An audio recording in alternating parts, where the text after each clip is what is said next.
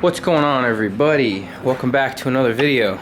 Today I just got done with a full detail 2-stage paint correction, and I figured I would just show you guys kind of sorta how I clean my Lake Country 4,000 bucket pad cleaner system, and also what I noticed and maybe what you can expect. I don't know if you can tell already. Do you see how this is up and it's not quite centered? This happened pretty much every time I've used this so far.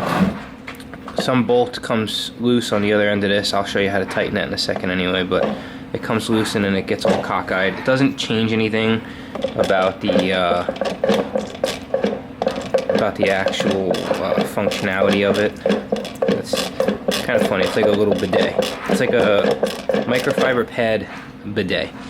But I'm just going to show you quickly, you know, what I do, especially in the top area. Before I empty everything out, I get some all-purpose cleaner from Meguiar's. This is my pretty much go-to. It's diluted 10:1, and I'll just give it another quick soaking here. So I need a rag.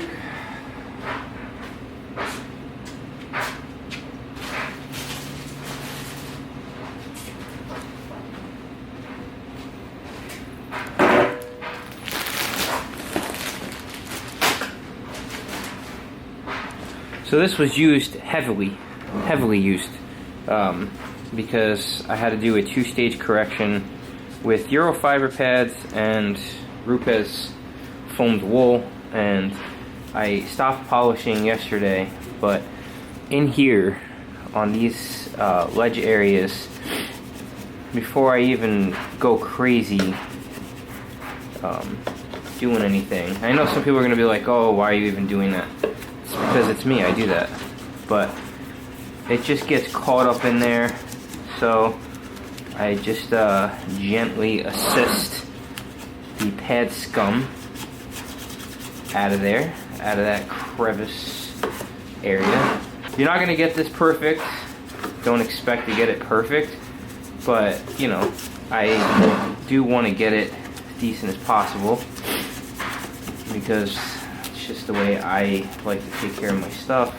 I just finished correcting it 2 days ago. Actually, I should have cleaned this the other day, but I was doing the coating, and I kind of got just caught up in a lot of stuff, especially with the coating process, because I was using a new coating and I started getting like really excited because it ended up being really, really nice, actually. Called Hyper Clean, and the one I in particular use is called Dose. So pretty awesome. But after this, I'll come back and we'll see what we got. Okay, so I got my hose set up now, and I got this Adams Polishes soaker thing. Not a huge Adam Polishes person, but the reason I like it is because it gives me a flood of water. And yeah, I like that. So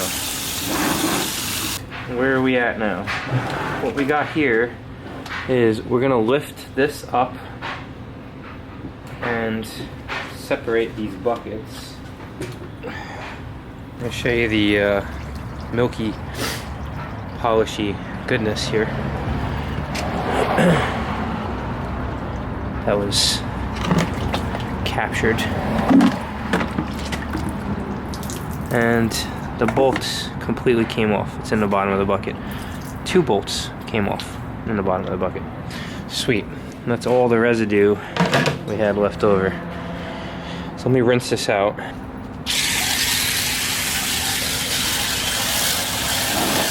Horrible.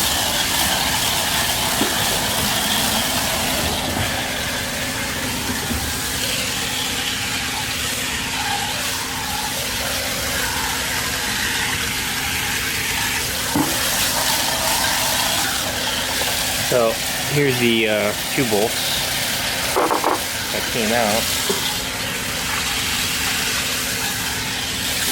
You can see there's still some caked on compound. You don't need to go as crazy as I do for this. Give this another quick dab will do you here. And then go here.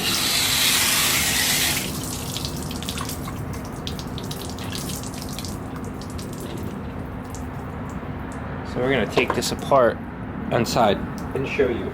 So 2 bolts came out. Seems like this is a common thing. I don't know what the problem is here. And this one was about to be a 3rd bolt coming out. So apparently we could just remove these by hand.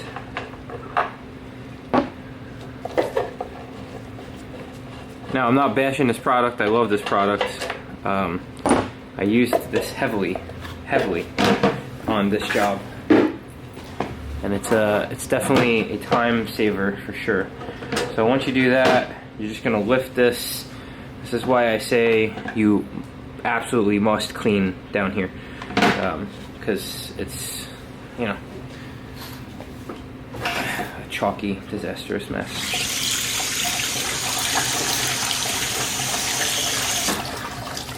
I usually just start with this thing anyway. I'm gonna just make sure the edges are clean.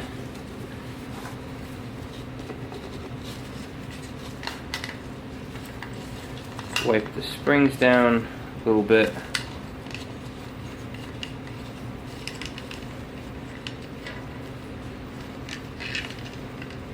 Then I'm gonna set this off to the side.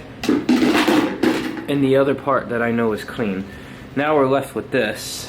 What I do here is just give that more of the good stuff, right? I'm just gonna take my paintbrush and I'm gonna Pablo Picasso this bad boy. Okay. I could absolutely use something else, but inside here is another place I'm eager to get into. So inside the holes there, kind of like a lug nut area, is where I end up getting in. So I do the top face of this first, and then I go back, and sometimes I need a smaller brush. Unless this one's gonna cooperate. I'm just gonna shove it in there.